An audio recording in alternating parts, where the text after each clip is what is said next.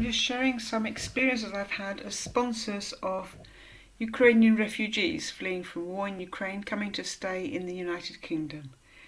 I first heard about this when the war started and the government was looking for people to come forward as sponsors.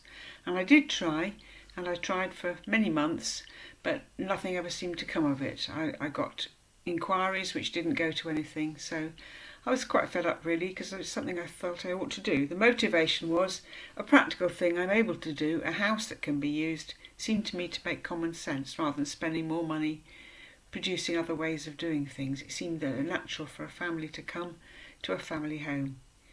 The poster from SJOG Hospitals went up in the back of our church, and I got in touch online the same day and found myself the following evening talking to Eleanor and her children on Zoom, who were going to come and stay at my house, so that was delightful.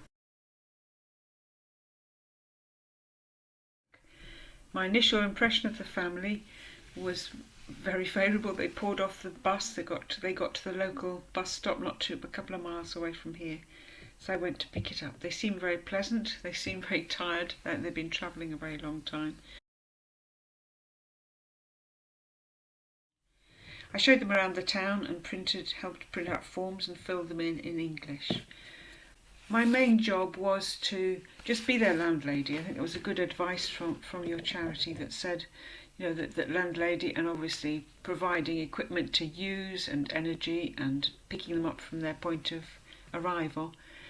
I think it gave me confidence to do it because I felt that I wasn't going to have to be doing other jobs. I wasn't quite sure what they were. That was quite straightforward. I knew how to do that one, so I sorted out my house, stocked up on my bed linen and crockery, and was ready to be their landlady. The support of the St John of God charity to me was really this helping me in the beginning to know what I was taking on, to be fairly clear what I was supposed to be doing and what I didn't have to do, but some things which were optional, which I did, like walk around town with them. I live very close to the centre of town. We walked around and just showed them where things were, and went to the shop the first time with them and took them, as I say, to the initiation process with the council. The system locally was very good for the town council, or Somerset as it is now, Somerset County Council, who had translators and lots of things in place for language lessons and so on. So I was impressed with that. It seemed well organised. I'm still convinced it's the right thing to do. Sometimes I find the actual doing of it slightly overwhelming. There's the three of them and one of me. I found some things harder than others. I found the noise, because I'm a grandmother, so I'm used to having my grandchildren stay, but not for 6 months.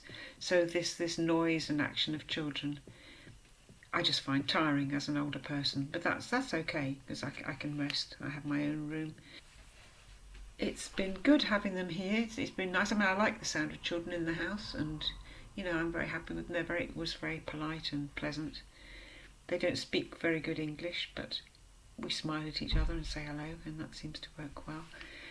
With Eleanor, with the mum, I use the app, the Say Hi app, to talk to each other, which does a spoken translation and a written printed translation on the screen. So that's extremely good, so I'd recommend that, because sometimes you really need to know that something you said has been understood. One of the things, I go back to the beginning, to the ground rules, which the charity asked me on the first time, and I hadn't really thought of ground rules, but I did talk about indoor shoes, because I live in a terraced house and with mostly wooden floors, so the neighbours get deafened if we don't have soft shoes on. So that has been very well held too. I asked for quiet between 10 and 7, which hasn't always held, but it has more or less held most of the time. Certainly there hasn't been noise after that. So those are things that I would advise people to do, to be a little bit more organised with their ground rules. It's hard to imagine what they are, because we all live with ground rules, house rules, but we kind of know what they are, so it's just the automatic stuff that we do. And when you have to tell somebody else, you don't always think of it.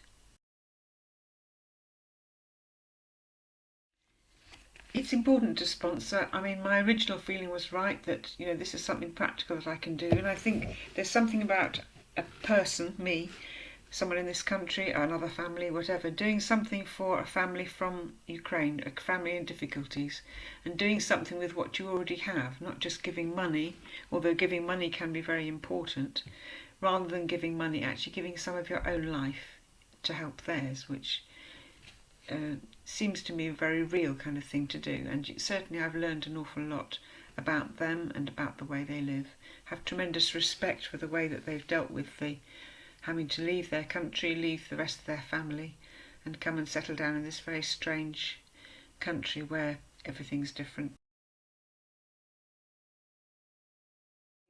People going to sponsor, I think the reassuring thing is, especially if you do it through this scheme, is that you have got people on the other end who speak Ukrainian for your guests to speak to, and we have that kind of support which is going on, where this has happened before. The people who are talking to you are people who've been refugees themselves, and so they understand the problems that entails.